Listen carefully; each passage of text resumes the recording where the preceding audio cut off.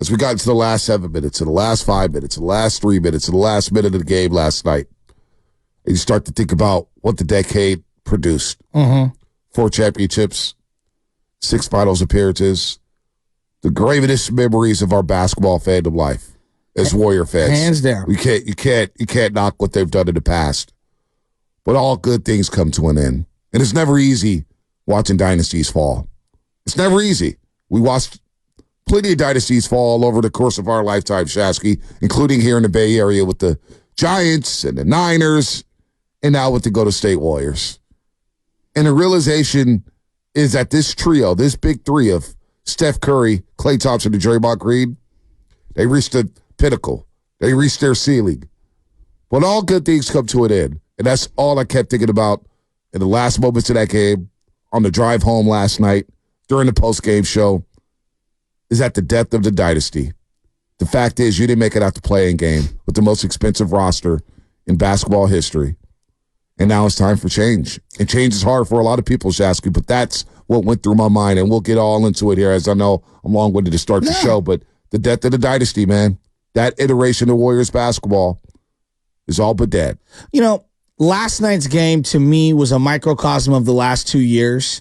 It was just, it was coming. If you watch this team night in, night out, you know, all of the warts, all of the flaws, all of the issues, all rooted their ugly head last night. And, you know, we've talked about this a lot in sports. Like, why can't teams just take the L? Why can't they just take? Last night was a cold dose of reality for a lot of people. Well, if the Warriors win this one, and then they win on Friday, and then they get it, they can knock off Oklahoma. How could you not feel that way after what that trio has given you for a decade, at more than a decade, really? Unprecedented appreciation. Like, these are some of the words I was thinking of when I was sitting there. Last night was an ice cream night for me. The sadness of the reality. Whenever I get real sad and I start, you know, thinking about life and things that I can and can't change, I go right to the ice cream. I go right to the mint chocolate chip, and I sit there in silence by myself in the kitchen, no laptop, no iPad, no phone, and I just eat ice cream and I think. And I was thinking long and hard about the Warriors last night, and the Kings kicked their ass. I mean, there's just no other way around it. Kicked their ass. They dismantled them. They look younger. They look more dynamic. How lucky were the Warriors to be down 4 at the half last night? Well, and you know, shame on everybody for blaming all the youngsters for the last 3-4 years. Just without the youngsters, you lose by 40 last night. I mean, that's where we're at. And there's a lot of issues that I have with how it went down, and we'll get to all that. But like, the last thing I was angry. And I know, I'm not saying don't be angry. If you're frustrated and you weren't ready to have it end, I get it. Believe me, I get it. All right, I do. You know, I had my and I keep going back to this, and I apologize for that, but like, there's certain grievings where you see things coming a mile away.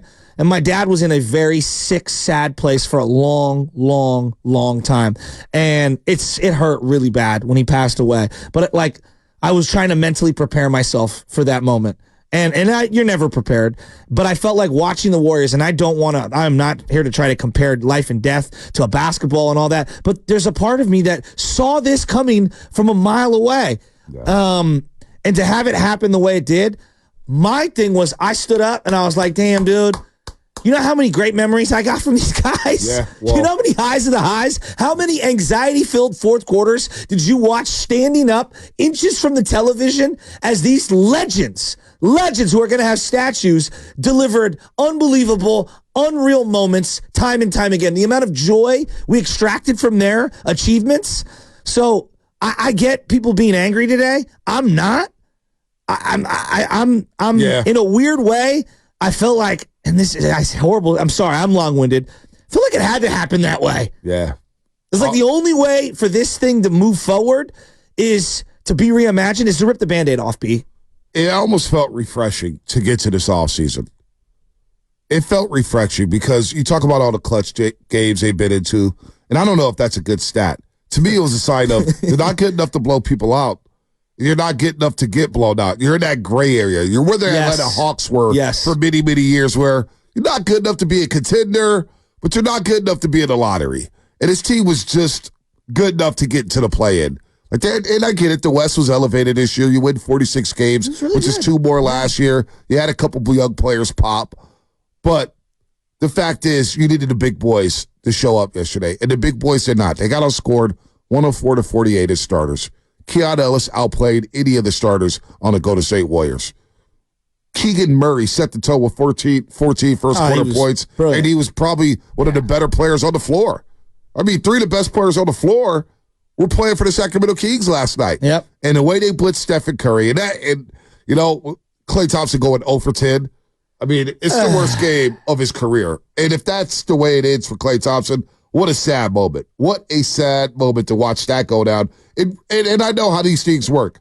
One game will wash away a solid season for Klay. But that lasting image of Klay Thompson going 0 for 10. Now think about this. Klay has never attempted that many shots without making one in a regular season or playoff game in his career. The worst game with the minimum of 5 field goal attempts was when he was 1 for 13 overall, 1 for 8 from 3 against the Sacramento Kings back on March 27th, 2013. But Klay's 2013. Clay's going to get he's going to get all the disproportionate amount of hate. But like to me, like Curry didn't play great. He had a lot of turnovers. Wiggins was I'm sorry. Yeah, like Klay, on my list of issues. No doubt. I hear you. But to watch Klay. It was sad. Because what Sacramento did was, again, something we highlighted yesterday. Ball pressure all 94 feet from Keegan Murray and Keon Ellis. You're not getting into your offensive sets until about 15, 14 seconds left on the shot clock. And you got a lot of non-shooters out there. Yes. And look at the shots Klay was taking. I thought he was uncomfortable all night. And credit Sacramento for that. And they made Stephen Curry uncomfortable. Here's the truth about Stephen Curry. Post All-Star break, he struggled with efficiency.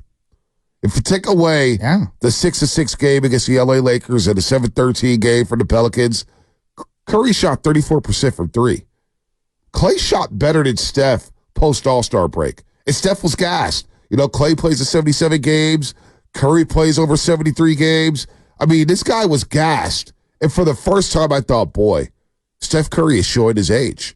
Keon Ellis ripped him 3 different times. Ball pressure left and right. And I get it. Steph was blitzed. He was doubled. He was tripled. He had no airspace. Yeah, they did that's the way the Kings should do it. They did a great job. I've been waiting for teams to come up with this game plan. Keegan Murray, Herb Jones, Trey Murphy III. The list goes on and on and on. That long, active defender Stephen Curry has to see every single night. They figure things out on how to slow him down. And so for the first time, as I'm driving home, I'm thinking about Klay. I'm also thinking about Stephen Curry. Boys, the days of him leading a team to a championship or being the number one, numero uno on a championship team, are those days over?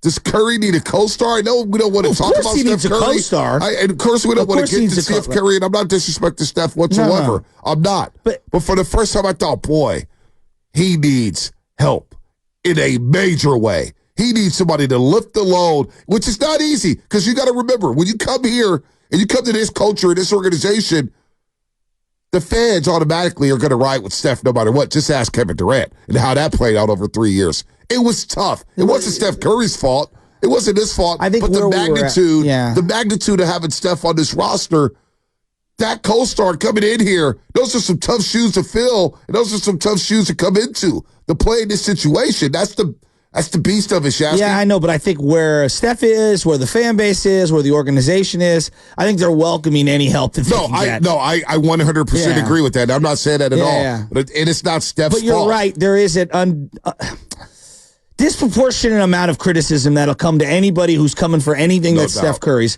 But I would just say this. I think at this point, we're welcoming a life raft. Like, Warrior fans are begging for a life raft I think Curry would welcome it. You think? Curry welcomed Kevin Durant for crying out loud. They like, I'm watching the whole league. You just watch these games, right? When teams run the high pick and roll, that guy who's running that high pick and roll is a threat. We're running it with Draymond, and Draymond hit a couple of threes last night, but he's not the threat that some of these other guys are in these situations, in these actions. You need to have a dynamic wing or a dynamic big who commands attention. I agree. And like, look, there's a variety of issues.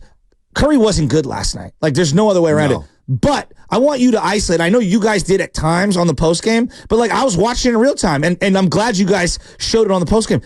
He'd come off of whatever action, and there's a second guy and then a third guy waiting, and they're not even honoring their dude. So to me, it's like, well, look at That's brilliant coaching, brilliant discipline by the Kings, which they deserve their credit, because I do think we're losing giving them enough credit. The Kings dominated basketball. But the reality is, dominated. They didn't lose in the Western Conference. Right. They lost in the 9-10 They lost in the 9-10 game. game. That's why to me, the cold reality of where we are. Right. And here's the thing.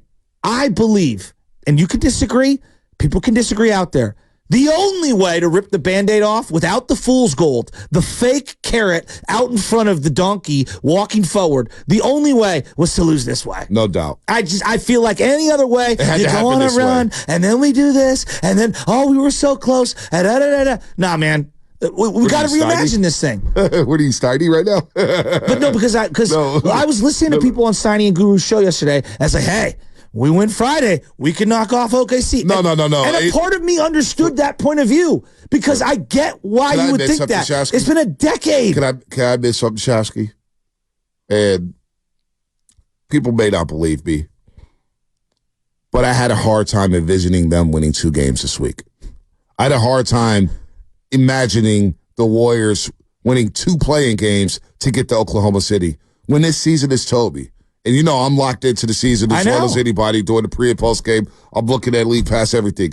With last Friday's game against the Pelicans told you who the Golden State Warriors were. They didn't win those type of games all season long. All season long. And during this stretch, when they went 4-1 on that road trip, I came in and told you guys, I don't want to say it like that, but I didn't think they were playing good basketball during that 4-1 stretch. They lost to Minnesota, right? They really controlled the game. The Warriors of old win that game. These Warriors don't win that game. You beat Miami, who was shorthanded. It was ugly. You were losing at the half. Orlando was a struggle. You were losing. You're basically tied with Charlotte at the half. You're up 5 on the Charlotte Hornets at the half, and then you're struggling with San Antonio when you're down 8 at the half. I didn't think they were playing their best ball down the stretch. The turnovers that we cited, the points off turnovers that we cited, the live ball turnovers that we cited, they were not playing good basketball. Because why? Teams have surpassed them with athleticism, with length, with size, and they've been watching the Warriors dominate for a decade. But all these other teams, every time, and I said this every single day on the show when it came to the Warriors, every time they go on the court, they're at an athletic disadvantage. It's clear, obviously. At an athletic disadvantage.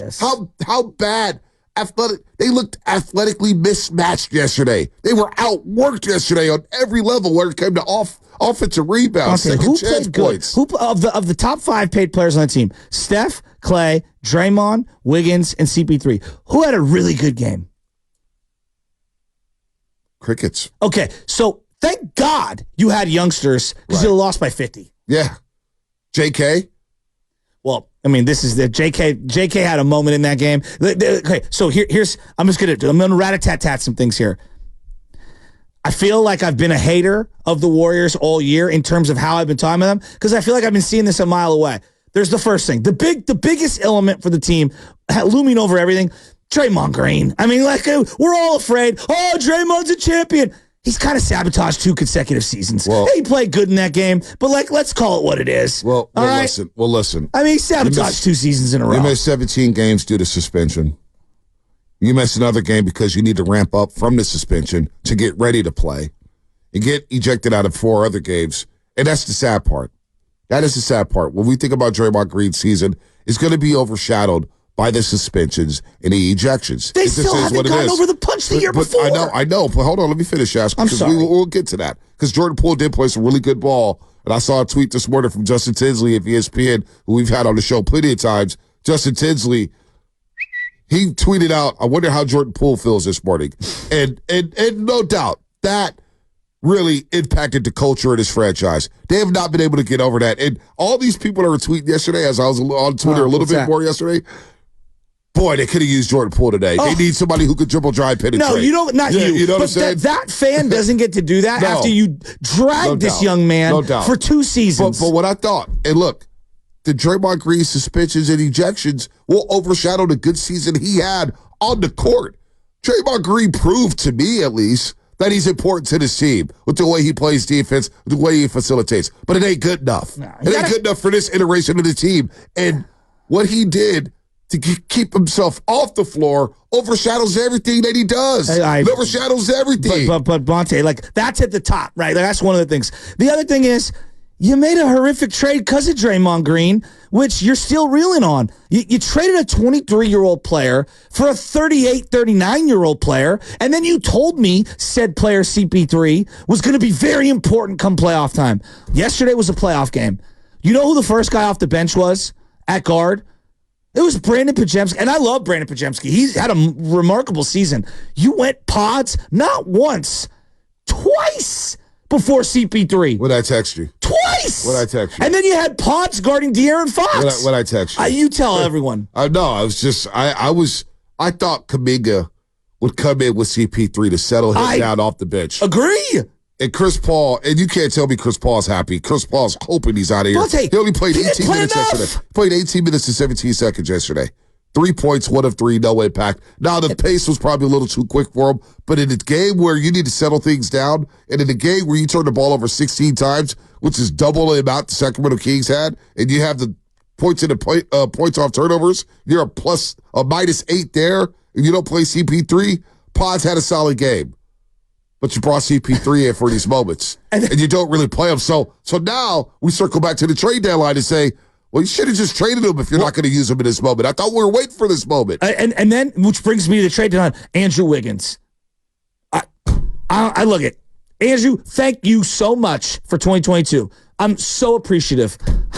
I'm good off of Andrew Wiggins moving forward. And in fact, I think not choosing – and look, I understand people thought they could play alongside each other. Not choosing between Wiggins and Kuminga, to me, you set yourself up for frustration. You yo-yoed back and oscillated between the two players. For some reason, you acquired GP2. He ate into Moody's minutes. He ate into Kuminga's minutes.